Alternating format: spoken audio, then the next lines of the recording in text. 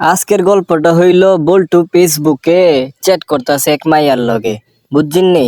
এই গল্পটাই আপনারা শুনবেন আজকা।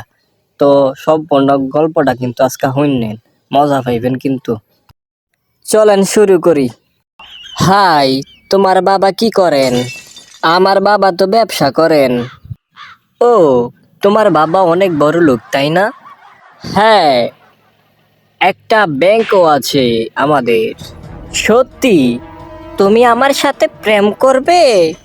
আচ্ছা ঠিক আছে। হিহি। এইবার শুনবেন আসল কাহিনী।